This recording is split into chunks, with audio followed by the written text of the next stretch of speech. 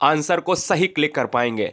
Video को start करते समय बता दें कि एक पेन और एक कॉपी उठा लो और उस स्वर्णिम कलम से स्वर्णिम भविष्य को लिख डालिएगा। हम इस वीडियो को 10 मिनट में खत्म करेंगे। लास्ट में उसी ट्रिक के आधार पर हम कुछ क्वेश्चंस भी कर लेंगे, जिससे आपको पता चल जाए कि हाँ ट्रिक सटीक है या नहीं। समास यहां पर हेडिंग डालिएगा। दोस्तों याद रहे कि आपको ये कोई भी किसी भी टीचर ने ऐसी ट्रिक बताई नहीं होगी आज तक। देखिए समास हेडिंग पड़ेगी, यहां से समास हेडिंग में आपको 4 क्वेश्चन स्टार्टिंग से ही इसकी परिभाषा से ही पूछ लिए जाते हैं। फिर हम चलेंगे दोस्तों ट्रिक पर, ठीक है। तो देखिएगा समास को क्या कहते हैं, तो ये जान लीजिएगा कि समास संक्षिप्तीकरण ही समास है, यानी जो संक्षेप है वही समास है, पहला क्वेश्चन। दूसरा एक स्टार बना के लिख लीजिएगा कि 2 या 2 से अधिक शब्दों के परस्पर संबंध बताने वाले शब्दों को क्या कहते हैं, तो यह भी क्वेश्चन आया है। जब भी 2 या 2 से अधिक वर्ण मिलते हैं तो दोस्तों संधि बनती है, और इसीलिए हमने इसको रेड कलर करके रखा है। याद रहे जब वर्ण मिलेंगे तो संधि बनेगी, संधि आंसर ढूंढिए ऑप्शन में, और जब शब्द मिलेंगे तो आप समास ढूंढिएगा। यानी 2 या 2 से अधिक शब्दों से मिलने से समास बनता है, और जब वर्णों के मिलने से बनेगा तो वो संधि बनेगी। Doubt clear? कोई डाउट ये आपको क्लियर नहीं कर पाएगा, किताबी ज्ञान तो कतई नहीं क्लियर कर सकती, ठीक है ना।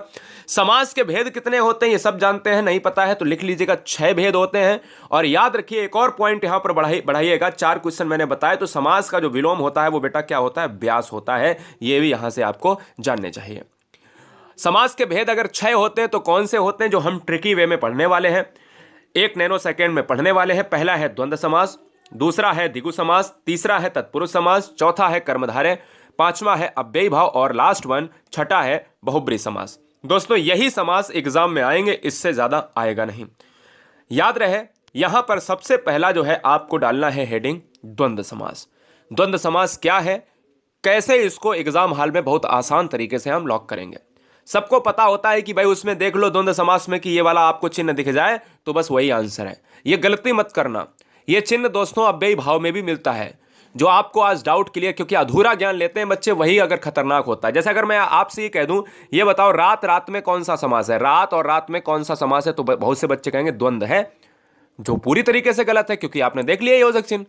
तो आपका ज्ञान भैया बिल्कुल पूरी तरीके से नष्ट हो गया, जिनको नहीं पता है, ठीक है ना। अगर मैं आपसे बात करता हूं द्वंद्व समास क्या होता है, सबसे पहले ये पढ़ो, बाद में हम अव्ययी पढ़ेंगे। जिस समास में पूर्व पद और उत्तर पद दोनों ही प्रधान होते हैं, मतलब क्वेश्चन यहीं से बनता है, बहुत बार बना है, इस बार भी बनेगा। जिस समास के दोनों पद प्रधान हो, यानी पूर्व पद और उत्तर पद, अगर किसी समास में दोनों पद प्रधान होते हैं तो वो समास कौन सा होता है, तो लिखिए अपने नोट्स में, उसे द्वंद्व समास कहते हैं। यानी दोनों पद प्रधानता वाला समास द्वंद्व होगा, कोई डाउट नहीं। अब देखिएगा इसकी ट्रिक 2 है। अब 2 में एक ही ट्रिक आपका काम आ जाएगा। द्वंद्व समास में अधिकतम, हमने वर्ड लिखा है अधिकतम, सभी में नहीं, 99% जो है इस चिन्ह का यूज होता है, 1% नहीं होता है। 99% कहां पर होता है वो भी बताएंगे दोस्तों। द्वंद्व समास में अधिकतम जो है योजक चिन्ह का प्रयोग होता है, और द्वंद्व समास में और विभक्ति का लोप होता है। जैसे अगर मैं बात करूं दोस्तों राम सीता, एक तो इस तरीके से अगर लिखा है तो आपने ये देख लिया कि भैया ये वाला जो है, ये वाला चिन्ह लगा है तो लगा दिया, और राम और सीता इसको जब तोड़ोगे तो यहां पर निकलेगा मुख से कि राम और सीता, तो तुरंत हो गया। लेकिन दोस्तों हमेशा आपको एक चीज याद रखना है कि द्वंद्व समास कब होगा। द्वंद्व समास तभी होगा जब उसके आपस में शब्द विलोम होंगे। जैसे भाई का बहन है, विलोम का मतलब है उल्टा होना, भले ही लिंग बदल जाए, समान नहीं रहने चाहिए। द्वंद्व समास में योजक लगा है और योजक को लगाते ही द्वंद्व मत मार देना। यह भी चेक करना कि द्वंद्व में योजक लगा है और वो विपरीत लिंग के हैं या नहीं, या विपरीत शब्द हैं या नहीं, या विपरीत विलोम है या नहीं। समझिएगा मेरी चीज, और उसमें और का लोप हो रहा या नहीं हो रहा, यही नहीं बच्चे समझते हैं। जैसे सुख का जो है उल्टा होता है दुख, पाप का उल्टा होता है पुण्य, भाई का उल्टा बहन होता है, राम कृष्ण, माता और पिता, रात और दिन, है ना। तो ये क्या है, यह है दोस्तों आपके द्वंद्व समास हैं। यह चीज क्लियर हो गई। और जब सेम सेम आ जाए दोस्तों, बोले कि दिन और दिन, इसमें योजक चिन्ह देख लिया बच्चे ने लगा दिया, गलत हो जाएगा। हमें यह भी देखना है कि क्या सेम सेम तो नहीं है, अगर सेम सेम है तो द्वंद्व समास नहीं होगा। अब ये कैसे होगा ये आगे जानेंगे, उससे पहले हम द्विगु समास पढ़ते हैं। चलिए, जिस समास में पूर्व पद संख्यावाची हो, क्वेश्चन यहीं से बनता है कि जिस समास में पूर्व पद संख्यावाची हो वही द्विगु समास कहलाता है। चैनल पर पहली बार हो तो चैनल को ईमानदारी से सिलेक्शन के लिए ईमानदारी से हर शेर, हर शेरनी, हर बहन, हर भाई, हर गृहिणी सब्सक्राइब कर लें। दोस्तों याद रखिएगा, संख्यावाची अगर पद प्रधान है तो द्विगु समास होगा। ट्रिक क्या है कि अगर द्विगु समास में संख्या की प्रधानता है, बात खत्म। जैसे नवरत्न 9 आ रहा, सप्तदीप 7 आ रहा, त्रिभुवन 3 आ रहा, शतमंजिल 7 आ रहा। मेरी बात समझ में आई? बहुत आसान भाषा में आप सभी को हम चीज़ों को बता रहे हैं। कोई बच्चा ये नहीं कह सकता है कि भैया हमारा कोई क्वेश्चन गलत हो गया। जहां पर डिजिट होगा वहां पर बेटा क्या होगा, द्विगु समास हो जाएगा। कर्मधारय, कर्मधारय क्या है?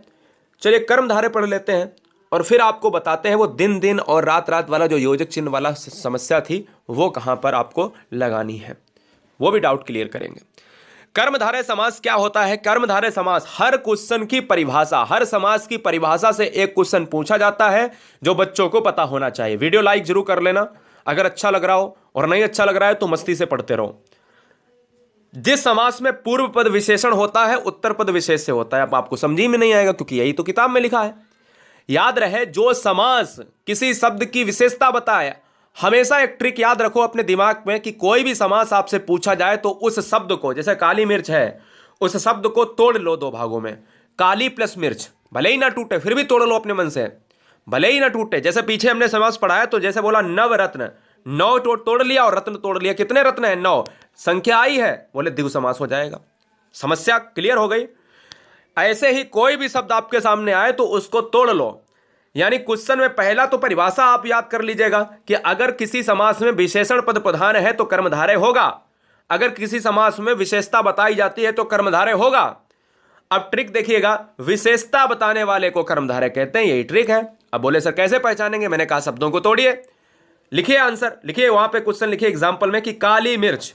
अब मैंने अगर लिखा भी भाई कि काली है और एक तरफ लिखा मिर्च है, क्लियर है? तो ये मिर्च कैसी है दोस्तों? काली है। ये मिर्च की विशेषता है कि वो काली है।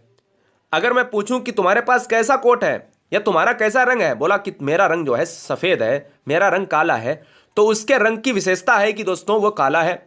या मैं कहूं कि रमेश जो है बहुत ईमानदार लड़का है, तो उसकी क्या विशेषता है कि वो ईमानदार है। इसी तरीके से इस मिर्च की क्या विशेषता है? लाल है, नीली है, पीली है, हरी है, तो लाल मिर्च जो है कैसी है? या तो लाल होगी, लाल मिर्च भी कहीं ना कहीं कर्मधारय है, काली मिर्च भी कहीं ना कहीं कर्मधारय है। इसी तरीके से कमल कैसा है? नीला है ना? तो दोस्तों याद रखिएगा, यहां पर पीतांबर को आप थोड़ी देर के लिए अभी हटा दीजिएगा। पीतांबर क्यों हटा दीजिएगा मैं बताऊंगा। चंद्रमुखी, मुख कैसा है? चंद्रमा सा। सिंपल सी बात समझिएगा, सिंपल सी बात समझिएगा। अब पीतांबर दोस्तों क्यों? पीतांबर देखिएगा, पीला है अंबर कह सकते हो, लेकिन पीतांबर जब आपके ऑप्शन में बहुब्री ना हो तब आप कर्मधारय लगाइएगा। अभी मैं बताऊंगा कर्मधारय और बहुब्री में क्या फर्क है। सबसे पहले वो आपको जो है ये वाला डाउट क्लियर कर देते हैं जो मैंने वहां पर बताया कि द्वंद्व समास में क्यों ना लगाएं। जो योजक चिन्ह वाला है ये अधूरा ज्ञान आपका खत्म करते हैं। सबसे पहले अव्ययी भाव को यहां पर हेडिंग डालिए और उसमें लिखिएगा कि ऐसा कौन सा समास है, क्वेश्चन में पूछ सकता है, ऐसा कौन सा समास है जिसका पहला पद प्रधान होता है? तो दोस्तों अव्ययी भाव हो जाएगा। क्वेश्चन की ट्रिक लिखिएगा कि प्रत्येक उपसर्ग वाला समास अव्ययी भाव कहलाता है। अब आप कहोगे उपसर्ग क्या होता है? तो शब्द के आगे जो लगता है उसको उपसर्ग कहते हैं। शब्द के आगे जो लगता है उसको उपसर्ग कहते हैं। जैसे अगर मैं बात करूं कि प्रतिदिन, तो दिन के आगे प्रति लगा है तो ये प्रतिदिन, दिन के आगे प्रति लगा है, यही दोस्तों उपसर्ग होता है। याद रहे कि दुनिया का कोई भी शब्द है तो उसको तोड़ना पड़ेगा समास के लिए। ये मैं ट्रिक बताता हूं, ये कोई आपको नहीं बताएगा। ना किताब में लिखा होगा कि शब्द को तोड़ के तब आप समास करिए, मैं बताता हूं आपको। ना कोई यूट्यूब चैनल वाला बताएगा आपको, क्योंकि आपको ऐसी ट्रिक बता रहा हूं जिससे एग्जाम में 100% में आपको सोचना ही नहीं पड़े कि अरे ये भी हो सकता है क्या, ये भी हो सकता है। 2 ऑप्शन में कंफ्यूजन नहीं, सिर्फ एक होगा, धुआं धुआं करना है उसी एक ऑप्शन को। देखिए दोस्तों, दुनिया का कोई भी आपके पास शब्द हो तो उसको तोड़ लिया करिएगा। प्रत्येक उपसर्ग का मतलब है कि आप स्थान के आगे देखिए यथा लगा है, हमने कहा आ धन जीवन, जीवन के आगे आ लगा है, आंसर क्या हो गया? अव्ययी भाव। दिन के आगे प्रति तो उपसर्ग है, अव्ययी भाव। समय के आगे यथा उपसर्ग है, अव्ययी भाव। अब एक और चीज लिखिए कि अगर नोट में लिखिए नीचे, अगर कोई समास रिपीट शब्द होता है, जैसे रात रात और योजक लगा है तो बच्चे द्वंद्व लगा देते हैं। कोई भी शब्द रिपीटेशन में होता है, कोई शब्द बार बार आए और उसमें द्वंद्व वाला समास का जो योजक चिन्ह है यूज हो रहा है, तो दोस्तों वो अव्ययी भाव होगा। और जब दोस्तों आपस में विलोम हो, जैसे रात और दिन, तब क्या होगा? तब ये द्वंद्व हो जाएगा। क्यों? क्योंकि आपस में विलोम। आपस में जब विलोम ना हो दोस्तों, तो याद रखिएगा, क्या याद रखिएगा दोस्तों, तो वहां पर अव्ययी भाव होगा। क्लियर है? याद रखना है। और जब रिपीटेशन में हो तो दोस्तों वहां पर आप क्या लगाओगे? आप अव्ययी भाव लगाओगे। और जब ना रिपीटेशन में हो, जब विलोम हो, तो द्वंद्व लगाओगे। ठीक है, चलिए। बहुब्री समास क्या होता है? बहुब्री समास दोस्तों देख लेते हैं क्या होगा। चलिए, बहुब्री समास वो होता है कि जिस समास में दोनों पदों के माध्यम से एक विशेष तीसरे अर्थ का बोध होता है। नीचे लिखो, एक हेडिंग नोट बना के नई हेडिंग लिखाता हूं। ऐसा समास जिसका कोई भी पद प्रधान नहीं होता है, वो बहुब्री समास कहलाता है। ठीक है, याद रखिएगा। दशानन 10 मुख हैं जिसके, अर्थात रावण। ठीक है, मेरी बात समझ गए? बहुत बढ़िया। दोस्तों आप समझ गए होंगे कि कहीं ना कहीं जो समास होता है बहुब्री में, वो तीसरे पद की प्रधानता की बात करता है। तीसरा अर्थ निकलना चाहिए। जैसे उस शब्द में कुछ नहीं है। जैसे अगर हमने बात करी, फिर से मैं रिपीट कर रहा हूं, दशानन 10 मुख हैं जिसके, अर्थात रावण। दशानन में रावण का तो जिक्र नहीं है, लेकिन आनन का मतलब है कि 10 मुख हैं, तो एक ही बंदा है, और एक बंदा है वो रावण। नीलकंठ भगवान किसकी? शंकर की बात कर रहा है। नीलाकंठ है जिसका लंबा है उधर, भगवान गणेश जी। गिरधर, गिरि को धारण करने वाले, अर्थात भगवान श्री कृष्ण। इन सभी में शिव जी हुआ, रावण हुआ, या गणेश जी हुए, श्री कृष्ण। इन ये क्वेश्चन पूछा जाएगा, लेकिन क्या इसमें ये जिक्र है? नहीं है। क्या नीलकंठ में भगवान शिव का जिक्र है? नहीं है। इसको निकालना पड़ेगा, इसको भी निकालना पड़ेगा, इसको भी निकालना पड़ेगा। बहुब्री तो बहुत आसान होता है। अब दोस्तों तत्पुरुष की अगर मैं बात करूं, तो आपको मैं बता दूं, यहां पर आपको 4, यहां 5 कर लेना। ठीक है ना, छठा हो गया था, 5 कर लेना बहुब्री में। छठा है तत्पुरुष। जिस समास में पूर्व पद गौड़ तथा उत्तर पद प्रधान हो, तत्पुरुष समास कहलाता है। यानी पहला पद जिसमें पूर्व पद प्रधान होगा, तो वो दोस्तों आपका अव्ययी भाव। जिसमें उत्तर पद प्रधान होगा, वो तत्पुरुष। ध्यान दीजिएगा, मेरी बात ध्यान दीजिएगा। अगर क्वेश्चन में पूछा जाए पहला पद प्रधान तो अव्ययी भाव, दूसरा पद प्रधान तो तत्पुरुष। दूसरे पद को ही उत्तर पद कहते हैं। तत्पुरुष समास के 6 भेद होते हैं। एक कर्म तत्पुरुष, करण तत्पुरुष, संप्रदान तत्पुरुष, अपादान तत्पुरुष, संबंध तत्पुरुष और अधिकरण तत्पुरुष। क्वेश्चन में यहीं से पूछा जाता है। तत्पुरुष थोड़ा सा आपको कठिन लगता है जब क्वेश्चन में ये पूछ देता है कि ये बताओ रोगग्रस्त में कौन सा समास है। ठीक है ना, और ऑप्शन में आपको ये 4 ऑप्शन दे देगा, इनमें से है तो तत्पुरुष, लेकिन कौन सा तत्पुरुष है। अगर आपसे कह दे कि रोग मुक्त में कौन सा समास है, तो भैया दिक्कत है।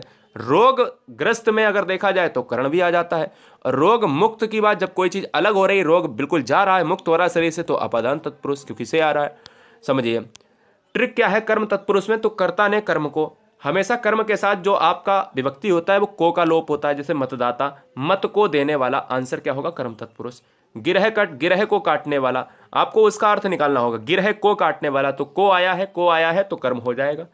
यहीं पर करण तत्पुरुष में से आता है। विभक्ति क्या है? से।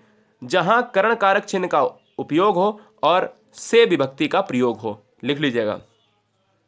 जन्मजात में समास कौन सा है? अब 4 ऑप्शन दे दे, कर्म तत्पुरुष, अधिकरण तत्पुरुष, करण तत्पुरुष या कर्म तत्पुरुष या कर्ता तत्पुरुष, जो कुछ भी आपको दे फिलहाल। तो वहां पर अगर आपको यहां पर करना पड़ेगा कि भाई जन्मजात तो जन्म से उत्पन्न, तो जहां पर से आएगा वहां पर कर्ण तत्पुरुष। याद रहे कि अलग नहीं हो रहा है। जब से अलग के रूप में होगा तो अपादान होगा। मुंह मांगा, मुंह से मांगा, तो कर्ण तत्पुरुष। गुणहीन, गुणों से हीन, तो भाई कर्ण तत्पुरुष। मेरी बात ध्यान से सुन रहे हो? बहुत बढ़िया। संप्रदान तत्पुरुष का मतलब क्या है जान लेते हैं। जहां संप्रदान कारक चिन्ह का लोप होता है, संप्रदान कारक चिन्ह का मतलब होता है कि कोई के लिए की बात कर रहा है, के लिए। ठीक है ना, और के लिए का मतलब होता है कि संप्रदान कारक होगा। आप संप्रदान तत्पुरुष को संप्रदान कारक से जोड़िए। जैसे हथकड़ी, हाथ के लिए कड़ी है तो आंसर संप्रदान। सत्याग्रह, सत्य के लिए आग्रह है, आंसर संप्रदान। युद्ध भूमि, युद्ध के लिए भूमि, जो भूमि है वो युद्ध के लिए है, तो आंसर संप्रदान। क्योंकि सभी में के लिए आ रहा है, संप्रदान हो जाएगा। जहां अपादान की बात करें तो अपादान हेडिंग डालिएगा। अपादान में क्या होता है? अपादान में दोस्तों अलग होता है। नोट कर लीजिएगा कि जब कोई चीज अलग हो रही हो। जैसे धनहीन, धन गया, धन से हीन, भाई धन जिसके पास नहीं है वही तो धनहीन है। भयभीत, भय से भीत, इसमें भी से आएगा, लेकिन फर्क इतना है कि इसमें जो है अलग नहीं हो रहा है और इसमें अलगाव हो रहा है। करण में साधन के रूप में होता है और अपादान में अलगाव के रूप में होता है। जन्माग्न, जन्म से अंधा, पूरी तरीके से आप याद रखिएगा। ठीक है ना। संबंध तत्पुरुष और अधिकरण तत्पुरुष दो बचे हैं, देख लीजिएगा। संबंध में क्या होता है, जहां पर रिलेशन को दिखाया जाए, जहां संबंध कारक चिन्ह का उपयोग होता है, जैसे प्रेम सागर। और संबंध कारक में क्या आता है, या तो का आएगा या की आएगा या के आएगा, ये हमेशा काकी के बराबर संबंध, ये आपको याद कर लेना है। याद रहे कि को आता है कर्म में, इसमें देखिए को कहीं नहीं है। संबंध तत्पुरुष में प्रेम सागर, प्रेम का सागर, काकी के आए अगर तो संबंध तत्पुरुष होगा। दिनचर्या, दिन की चर्या, संबंध तत्पुरुष। भारत रत्न, भारत का रत्न, संबंध तत्पुरुष, क्योंकि का की का इस तरीके से अगर आ रहा है तो संबंध तत्पुरुष होगा। अधिकरण तत्पुरुष में क्या होता है, तो अधिकरण तत्पुरुष की जो विभक्ति होती है वो में होती है, पर होती है। नोट कर लीजिएगा, जो मैं लिख रहा हूं उसको नोट करिए। जहां अधिकरण कारक चिन्ह का प्रयोग हो, मतलब यही तो चिन्ह है, यही तो चिन्ह है। और इसमें कौन से चिन्ह थे, काकी के, जो मैंने लिखाया है आपको। जैसे नीति निपुण, नीति में निपुण में आया है, अधिकरण हो जाएगा। आत्मविश्वास, आत्मा पर विश्वास, अधिकरण हो जाएगा। घोड़े पर सवार, घोड़े पर सवार, अधिकरण तत्पुरुष हो जाएगा। तो चलिए हम दो क्वेश्चन करते हैं कि किस समास में शब्दों के मध्य में संयोजक शब्द का लोप होता है। अब देखते हैं कि भाई आपने कितना पढ़ा है। तो हमने कहा कि संयोजक शब्द का जो प्रयोग होता है वो किसमें होता है, योजक चिन्ह की बात करें। अब ध्यान रहे, योजक चिन्ह केवल द्वंद्व समास में ही प्रयोग होगा। वो एक अपवाद के रूप में अव्ययी भाव की बात करता है, क्योंकि क्वेश्चन की परिभाषा ही द्वंद्व समास की है, जहां पर योजक चिन्ह प्रयोग हो, संयोजक चिन्ह प्रयोग हो, वो हमारा पूर्व पद संख्यावाची शब्द है। तो आंसर सिंपल सा है कि द्विगु समास हो जाएगा, क्योंकि कहीं ना कहीं हमारा संख्यावाची जो डिजिट बताता है वो ऑप्शन डी हो जाएगा। एक और कर लेते हैं, जन्माग्न। तो मैंने कहा जन्म से अंधा, तो से किस में आएगा, तत्पुरुष में आ जाएगा। इसी तरीके से यथा स्थान, अगर कोई दुनिया का कोई भी शब्द है, अगर उसमें उपसर्ग लगा स्थान के आगे तो उपसर्ग लगा है तो वो अव्ययी भाव तो जाएगा, तो लेकिन उसका विग्रह क्या होगा, स्थान के अनुसार, है ना। एक और कर लेते हैं, जिस समास में दोनों पदों के माध्यम से एक विशेष तीसरे अर्थ का, भाई दोनों पदों के माध्यम से तीसरा अर्थ निकले, तो मैंने कहा था दशानन, लंबोदर, तो क्या हो जाएगा, बहुब्री हो जाएगा। ये वीडियो कैसी लगी आप सभी कमेंट बॉक्स में जरूर बताइए। नीचे टेलीग्राम की लिंक है, पीडीएफ को प्राप्त करने के लिए गुरुजी वर्ल्ड का टेलीग्राम ग्रुप ज्वाइन करें। हर बहन हर भाई लाखों की संख्या में जुड़े हुए हैं। जय Hind, Vande Mataram. Super fast video के लिए गुरुजी वर्ल्ड आपका हमेशा स्वागत करता है।